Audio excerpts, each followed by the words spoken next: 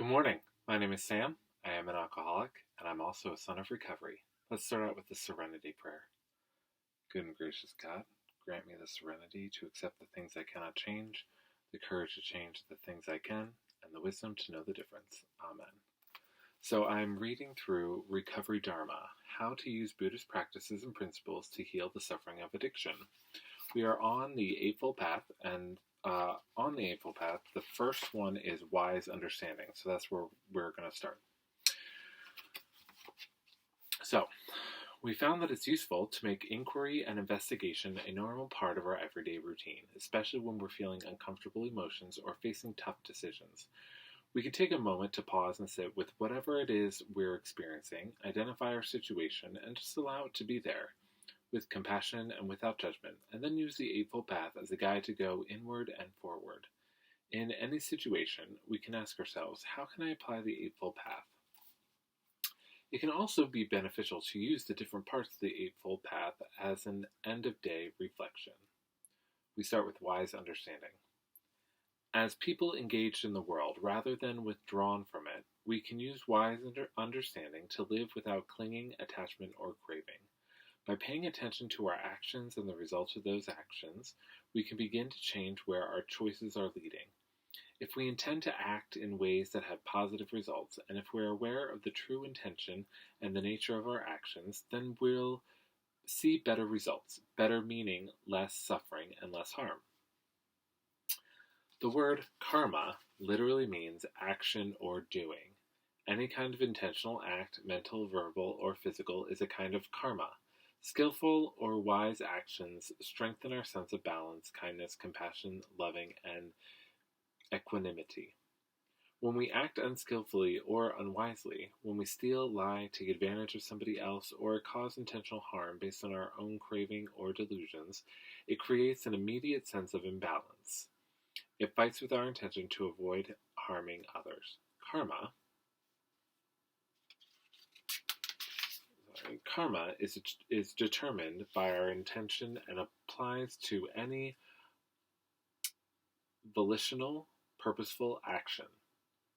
The result of our volitional actions may be an increase in our happiness or may lead to additional suffering. There is no actor apart from action, and there is no action without intention. Unskillful actions leave us less able to meet the next challenge or pain we are faced with. For example, when we steal, we have to immediately justify to ourselves why our greed was more important than the harm we caused by taking. We must create a cover story, hide our actions, and adjust to the fear of getting caught. Ultimately, if the theft gets discovered, we might have to deal with financial or legal consequences, or face a lack of trust from our community. Similarly, when we're dishonest, we immediately focus energy on maintaining the untruth. We must emotionally carry the potential pain that is caused to others and ourselves if the lie is revealed. This understanding of karma rests on the insight that we are responsible for our own happiness and misery, and that there is a cause to every experience of happiness or misery. From a Buddhist point of view, our choices, which are dependent on our present mental, moral, intellectual, and emotional conditions, decide the effects of our actions. If we act skillfully with understanding and compassion, it's possible to cause positive, beneficial effects for others, for ourselves and others. If we act with unskillful intention, we cause our own suffering. This doesn't mean that we always have control over our experiences. No matter how skillfully we act, the external world, people, places, and things, might not give us what we want. This does not mean we have bad karma or that we failed. It just means that we're not in control of everything and everyone. The point is that, regardless of what the outside world throws at us, we're responsible for how we respond to it and how we tend to our internal world. At the end of the day, we have the choice whether we go to bed as somebody who acted wisely and compassionately or somebody who didn't. It's important to note that being responsible for our own happiness and suffering doesn't mean we're responsible for hurts or traumas that have been done to us by others or by circumstances out of our control.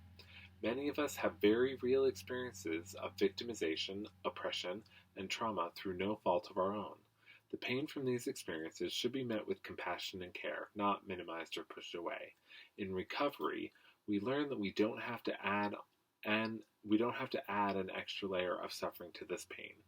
We can begin to heal rather than let these experiences control and limit us. Without disconnecting or ignoring the ongoing effects of trauma in our lives, we begin to understand that our reactions when that trauma comes up from us now can change our experience of suffering and happiness. I'm going to read that sentence one more time. Without disconnecting or ignoring the ongoing effects of trauma in our lives, we begin to understand that our reactions when that trauma comes up for us now can change our experience of suffering and happiness. The Buddhist perspective is that our present mental, moral, intellectual, and emotional circumstances are the direct result of our actions and habits, both past and present. How we choose to respond when confronted with pain or discomfort will change our ability to skillfully deal with suffering when it arises. We can also take solace in the fact that we're not alone, that every person has difficult and unpleasant experiences. It's how we respond to pain that determines our experience. Whew! Well, that was full of really good stuff. I really remember my friend Sharon from my first meeting house used to always tell people that you're not special, that no one's special. She said, I don't care what you were told when you were growing up, no one's special, because it doesn't matter what you've been through, a million other people have been through it too. It doesn't matter how you came to the room, you can definitely find somebody else who has a very similar story to yours of why they're there. And so that's what she's meaning by you're not special. And I really love that. And I love this because it says it here. We can also take solace in the fact that we're not alone. And that's what she's saying with that. Like, you're not by yourself. Other people have been through it. And I love the stuff about karma in here. I really believe in that, and really take this to heart, because I always tell people that karma keeps receipts, both good and bad. She is constantly watching you, and she's keeping the receipts of everything that you're doing, and she collects on those, and sometimes it's with interest, both positive and negatively. It's really important to be mindful of how we act and what we're doing. I think that's really great about this wise understanding. So tomorrow we will go on to wise intention. So with that,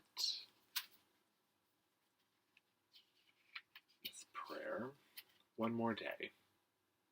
We carry the solution within us. All that comes our way is blessed. The Great Spirit gives us one more day. We silence our fearful mind. Do not wait to open our hearts. Let us flow with the mystery. Sometimes the threads have no weave. The price of not loving ourselves is high. So, with that, please, as always, leave any comments, questions, or thoughts. And I hope you have a blessed day. Thanks.